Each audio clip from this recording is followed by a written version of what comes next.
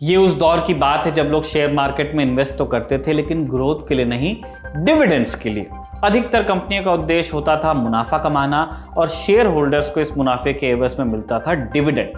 फिर 70 और 80 के दशक में एक आदमी ने इस खेल को पूरी तरह से बदल दिया। इस शख्स का नाम था धीरूभाई अंबानी। अंबानी किसी भी हाल में अपने शेयर्स की कीमत में कमी नहीं आने देने को तैयार थे।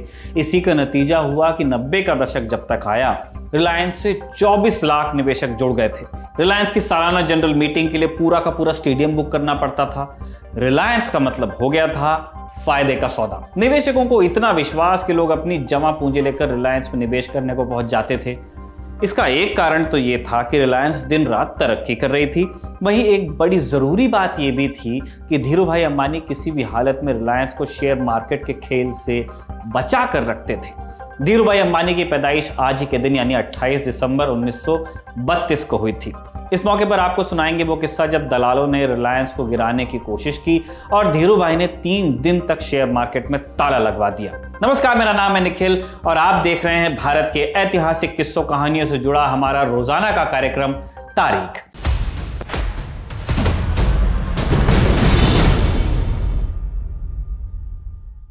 तारीख की शुरुआत होती है गुजरात की जूनागढ़ रियासत से। यहां साल 1932 में एक मध्यम वर्गीय परिवार में धीरजलाल हीराचंद उर्फ धीरूभाई की पैदाइश हुई। पिता इनके अध्यापक थे, लेकिन धीरूभाई का मन पढ़ाई में उतना नहीं था। शुरुआत में वो गांठिया नाम का एक गुजराती व्यंजन बेचते थे। सिर्फ इतनी सी उनकी तमन्ना थी कि अपने पास भी एक जीप हो, क्योंकि जीप में आने वालों को गार्ड्स सलाम करते थे। पैसे कमाने की इस ललक ने धीरूभाई को विदेश पहुंचाया।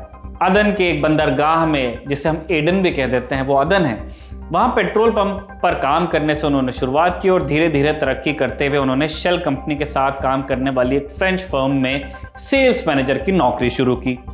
जब भारत लौटे तो उनकी तनख्वाह 1100 रुपए थी।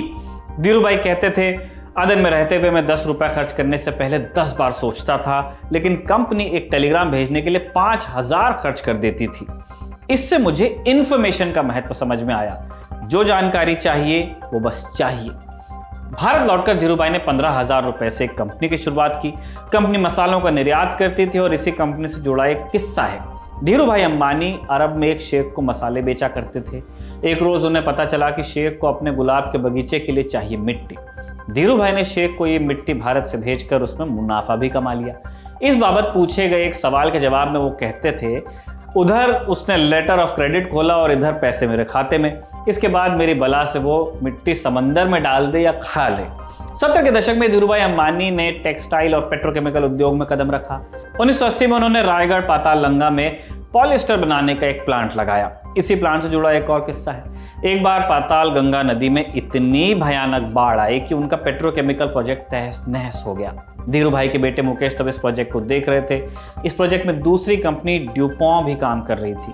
ड्यूपॉन्ट के इंजीनियर्स ने हिसाब लगाया कि प्लांट को दोबारा शुरू करने में कम से कम 3 महीने का समय लग जाएगा। ड्यूपॉन्ट एक ही कंपनी का नाम है। मुकेश ने ये बात धीरूभाई तक पहुंचा दी।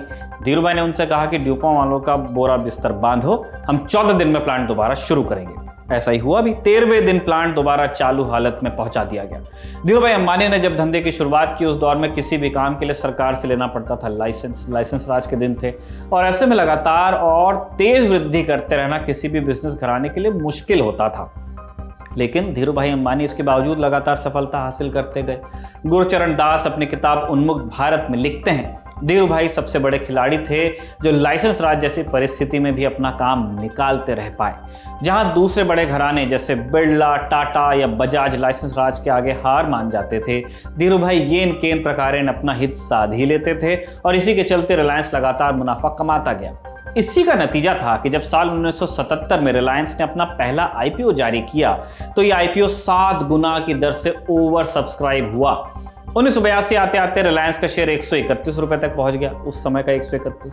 फिर उसी साल मार्च महीने में कुछ ऐसा हुआ जिसने धीरूभाई को शेयर मार्केट का मसीहा बनाया। 18 मार्च 1982 का दिन था।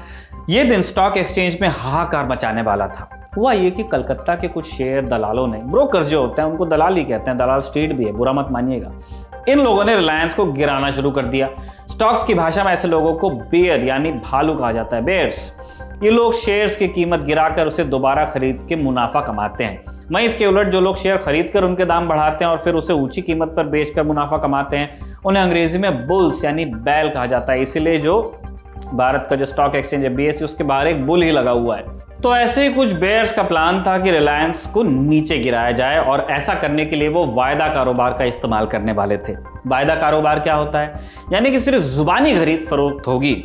वायदा कारोबार में दलाल के पास शेयर नहीं होते, वो बस वायदा करते हैं कि अमुक दिनों में शेयर्स बेच देंगे या हम खरीद लेंगे। बात बात में हो रहा है सब। इसमें एक नियम यह भी होता है कि अगर नियत समय पर भुगतान में देरी हो जाएगी तो 50 रुपए प्रति शेयर देना पड़ेगा। उस रोज कुछ ऐसा ही हुआ कि स्टॉक एक्सचेंज खुलते ही रिलायंस का 131 रुपए का शेयर गिरकर 121 रुपए पर आ गया।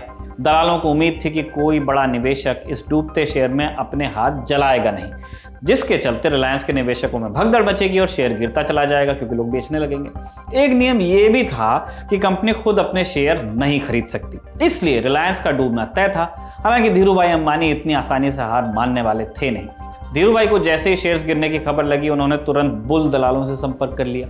बुल्स मार्केट में कूद गए और यहां से बुल और बेयर्स के बीच शुरू हुई रस्साकशी। एक तरफ कलकत्ता में बैठे बेयर्स रिलायंस के शेयर्स को बेच रहे थे, वहीं बुल्स इसे खरीद भी रहे थे। इस तनातनी का नतीजा हुआ कि दिन खत्म होते होते शेयर 125 रुपए की कीमत पर जाकर रुक गया। अगले दिन भी यही रस्साकशी चलती रही। धीरूभाई के लिए इस खेल में जीतना जरूरी नहीं था, उन्हें बस इतना करना था कि वायदा कारोबार की अवधि तक शेयर ज्यादा डूबे नहीं, क्योंकि अगर शेयर बुल्स की उम्मीद के हिसाब से गिरते नहीं तो हफ्ते के एंड तक उन्हें वायदे के अनुसार शेयर के दाम चुकाने पड़ते। अगले कुछ दिनों तक बुल्स ने धड़ाधड़ शेयर खरीदे। चंद दिनों के भीतर ही रिलायंस के 11 लाख शेयर बिक गए और इनमें से 8.5 लाख के करीब अंबानी के दलालों ने खरीद ली। जब तक खेल खत्म हुआ शुक्रवार आ चुका था। अब कलकत्ता में बैठे दलालों के होश उड़ने लगे, क्योंकि उनकी उम्मीद थी कि वो 131 में बेचा हुआ शेयर कहीं कम कीमत पर खरीदेंगे। लेकिन शुक्रवार तक शेयर की कीमत 131 से चली गई ऊपर, जिसका मतलब था कि अब शेयर्स चुकाने के लिए बेयर्स को कहीं ऊंची कीमत पर शेयर खरीदने पड़ते। वहीं अगर वो शेयर नहीं चुकाते तो उन्हें प्रति शेयर 50 रुपए देना भी पड़ता। बेयर्स ने बुल से समय मांग लिया, लेकिन उन्होंने कर दिया इनकार। शेयर मार्केट के अधिकारियों ने समझौता कराने की कोशिश की, लेकिन बुल्स तैयार नहीं हुए। धीरूभाई बेयर्स को अच्छा सबक सिखाना चाहते थे, लिहाजा अगले 3 दिनों तक जिस कीमत पर भी रिलायंस के शेयर उपलब्ध थे, खरीद लिए गए। हालात ऐसे बने कि 3 दिनों तक शेयर मार्केट खुलते ही बंद हो गया। रिलायंस के निवेशकों ने खूब मुनाफा लूटा। 10 मई 1982 तक रिलायंस का शेयर आसमान को छूने लगा। उस वक्त समय के हिसाब से धीरूभाई अंबानी स्टॉक मार्केट के बन गए मसीहा और रिलायंस टेक्सटाइल इंडस्ट्रीज निवेशकों को सोने के अंडे देने वाली मुर्गी या कंपनी बन गई। गीता पिरामल अपनी किताब बिजनेस महाराजास में इस किस्से का जिक्र करते हुए लिखती हैं, इस किस्से ने धीरूभाई को लेजेंड बना दिया। वो स्टॉक मार्केट के लिए मसीहा बन गए, लेकिन इसलिए नहीं कि उनकी वजह से बाजार 3 दिन तक बंद रहा, और इसलिए भी नहीं कि उन्होंने बिकवाली दलालों को अपने सामने नतमस्तक करवा दिया।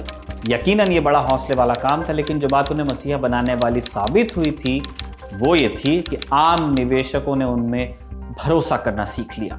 धीरूभाई यहीं नहीं रुकते हैं। उस दौर में जब सिंथेटिक कपड़ों को महज मेट्रो शहरों तक सीमित माना जाता था, धीरूभाई विमल ब्रांड के साथ मार्केट में उतरे और धमाल मचा दिया। जब बड़े वितरकों ने उनका ब्रांड बेचने से इनकार कर दिया तो धीरूभाई देश भर में घूमे और छोटे शहरों में नए व्यापारियों को इस क्षेत्र में ले आए। विमल की फ्रेंचाइज बांटते हुए उनका वादा था कि अगर नुकसान हुआ तो मेरे पास आना और मुनाफा हुआ तो अपने पास रख लेना। गीता पिरामल विमल की फ्रेंचाइज की तुलना मैकडॉनल्ड से करते हुए लिखती हैं, दूसरे ब्रांड बस बड़े शहरों तक सीमित थे, वहीं रिलायंस छोटे छोटे शहरों में ढेरों शोरूम खोल रहा था। एक समय ऐसा भी आया जब एक दिन में विमल के 100 शोरूम्स का उद्घाटन हुआ। गीता पिरामल आगे लिखती हैं, मुंबई के मूलजी जेठा बाजार में पॉलिएस्टर को चमक कहा जाता है। धीरूभाई अंबानी उस चमक के चमत्कार थे। हालांकि इस चमक में कई स्याह पहलू भी थे। धीरूभाई अंबानी पर कई बार ये इल्जाम लगा कि उन्होंने सरकार से नजदीकी बनाकर लाइसेंस राज का फायदा उठाया। खुद धीरूभाई अंबानी ने कहा, सरकारी तंत्र में अगर मुझे अपनी बात मनवाने के लिए किसी को सलाम भी करना पड़े तो मैं दोबारा सोचूंगा नहीं। इसके बावजूद इसमें कोई शक नहीं कि रिलायंस भारत में औद्योगिक क्रांति का एक महत्वपूर्ण चैप्टर लिखती है, जिसका पूरा श्रेय धीरूभाई अंबानी को जाता है। इसी के साथ आज की तारीख का ये एपिसोड खत्म होता है यहाँ पे। इसे लिखा था हमारे साथी कमल ने और कैमरे पे से रिकॉर्ड किया था हमारे दोस्त जतिन ने। देखते रहिए द ललन टॉक।